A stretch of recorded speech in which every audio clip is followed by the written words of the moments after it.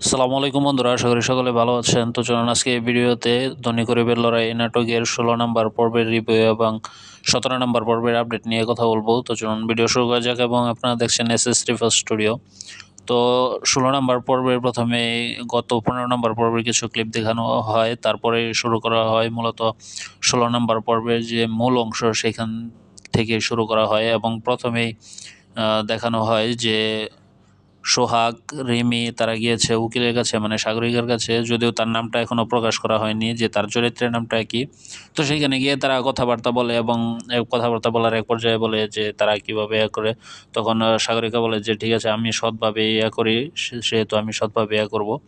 তো তাদের মধ্যে কথোপকথনের শেষে পরবর্তীতে দেখানো হয় যে মরল সাহেব সে হুমকি দেয় যে তারা আগামীকাল কেস জিতবে এবং তারা করবে। তাদের মধ্যে কথোপকথন হয় এবং সেখানে আবার ইয়ার মাকে, মানে ছোট মরলের বউকেও কথাবার্তা শোনানো হয়, মানে রিমের ছোট মাকে। তো এইভাবে পরবর্তী চলমান থাকে এবং পরবর্তীতে দেখানো হয় যে আহসানুল্লাহ মরল সে হুমকি দেয় যে আর একটু বলে যে আহসানুল্লাহ মরলকে এখনো চেনে নেই, আহসানুল্লাহ মরল অনেক ভয়ঙ্কর। তো এইভাবে চলমান থাকা অবস্থায় পরবর্তীতে দেখানো হয় যে কোর্টের মধ্যে করা হচ্ছে। তো কোর্টে যেখানে আমরা দেখতে পেয়েছিলাম যে গত পর্বে ড্রাইভারকে ধরা হয়েছে এবং ড্রাইভারকে কাস্টডিতে রাখা হয়। তো সেইখানে থেকে ড্রাইভারকে আমরা যতদূর করতে পারি, যে ড্রাইভার আমরা দেখেছি যে ড্রাইভার সে বলে যে সে নিজেই গাড়ি চাপা দিয়েছে এবং রতনকে সে করা হয় এবং রতনকে কোর্ট থেকে বেকসুর খালাস দেওয়া হয় এবং ড্রাইভারের 3 মাসের জেল হয়, যেটা অবশ্যই এই মামলাটির জন্য একটি ছিল। যদিও আশা করেছিলাম যে মামলাটি সোহাগ এবং রিমি তারাই জিতবে, কিন্তু সেটি হয়নি, উল্টে ইয়ারা জিতে গিয়েছে, মরলরাই জিতলো এবং 3 মাসের জেল হলো ড্রাইভারের। দ্বিতীয়ত আবার এখানে রতন সে মুক্তি পেয়ে গেল। তো এই বিষয়টির মধ্যে আবার তাদের মধ্যে রাস্তার মধ্যে কথোপকথন হয়। তো এইভাবেই যাই হোক, পরবর্তীতে যখন এটি নিয়ে বাড়িতে মিষ্টি বিলানো হয়, মরল সব বাড়িতে যায় মিষ্টি বিলানোর জন্য। তো সেখানে গিয়ে যখন তারা মিষ্টি বিতরণ করে, তখন রিমের ছোট মা সে, মানে সরোজের মা, সে মিষ্টি খেতে মানা করে দেয়। তো পরবর্তীতে ফিরে আসা হয় সোহাগদের বাড়িতে এবং সোহাগের বাবা বলে যে এটি মনে হয় না তারা এই মামলাটি জিততে পারবে। তখন যখন সোহাগ এবং রিমি তারা ব্যর্থ মুখে এসে সামনে দাঁড়ায়, তখন সোহাগের বাবা বলে যে তোরা মামলাটি জিততে পারিসনি, সেটা তো দেখে বোঝা যাচ্ছে। তো এই কথোপকথনের এক পর্যায়ে তখন পরবর্তীতে সেই রোমান্টিক দৃশ্যটি, যেটি আমরা 2-3 পর্বের মধ্যে অপেক্ষা ছিলাম, যে আহ, রতন এবং সোহাগের বোন তাদের মধ্যে দেখা হয় এবং হয়। কিন্তু অন্য কথা হচ্ছে যে সোহাগের বোন সে এত সহজে পটার মতো না।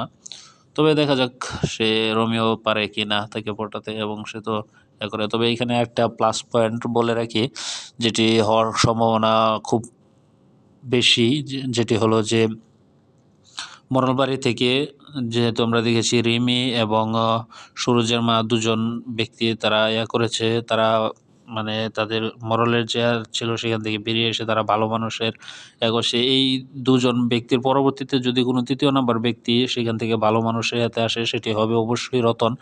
সে এবং ভালোবাসার হাতে সেটি করবেই। এবং পরবর্তীতে যেটি হচ্ছিল যে মরল সে প্ল্যান করে, মরল মাস্টার এবং সুরজ তারা মিলে প্ল্যান করে সোহাগের রিক্সাটি চুরি করার জন্য, এবং সেটিতে তারা অবশ্যই সফলও হয়।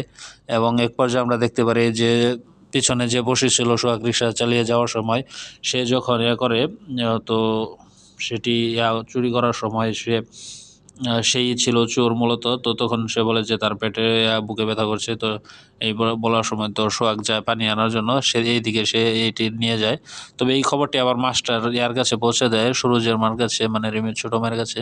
তো এই পর্যন্ত এখানে এই নাটকটি শেষ করা হয় এবং আগামী পর্বের জন্য দেখানো কিছু মুহূর্ত। তো আগামী পর্বের জন্য যেটি মূলত মেন প্ল্যান যেটি, সেটি হচ্ছে যে এই নাটকের 17 নম্বর পর্বে আমরা আরেকটি নতুন মুখ দেখতে পারবো, যেটি হলো মোমো।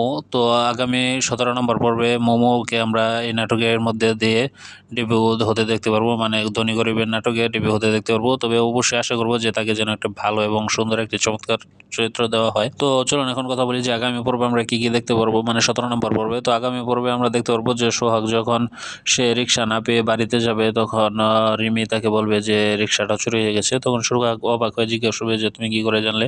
তো তখন বলবে যে ছোট মা খবর পাঠিয়েছিল এইভাবে। আর আরেকটু তার পরবর্তীতে আমরা দেখতে পারবো যে সোহাগ এবং তার বন্ধুরা মিলে প্ল্যান করার চেষ্টা করবে যে রিক্সাটা কীভাবে ফিরিয়ে আনা যায়। তখন তার বন্ধু বলবে যে রিক্সাটা চুরি করলে করলে কেমন হয়, মানে ডাকাতি করলে। তো তখন এক বলবে যে না, চুরি করে আনা ভালো হবে। তো এখন কথা বলা যাক যে আগামী 17 নম্বর পর্বটি আপনারা কবে, কোথায় এবং কীভাবে দেখতে পারবেন। তো আগামী 17 নম্বর পর্বটি আপনারা পেয়ে যাবেন আগামীকাল দুপুর 3টায় ইগল ড্রামা সিরিজ ইউটিউব চ্যানেলে। তো এই ভিডিওটি এখানে শেষ করতে চলেছি। যদি ভিডিওটি আপনাদের কাছে ভালো লেগে থাকে অবশ্যই ভিডিওতে একটি লাইক দেবেন এবং আমার চ্যানেল নতুন হয়ে থাকলে অবশ্যই আমার চ্যানেলটি সাবস্ক্রাইব করে রাখবেন। তো সকলে ভালো থাকবেন, সুস্থ থাকবেন। ধন্যবাদ। আল্লাহ হাফেজ। আসসালামু আলাইকুম।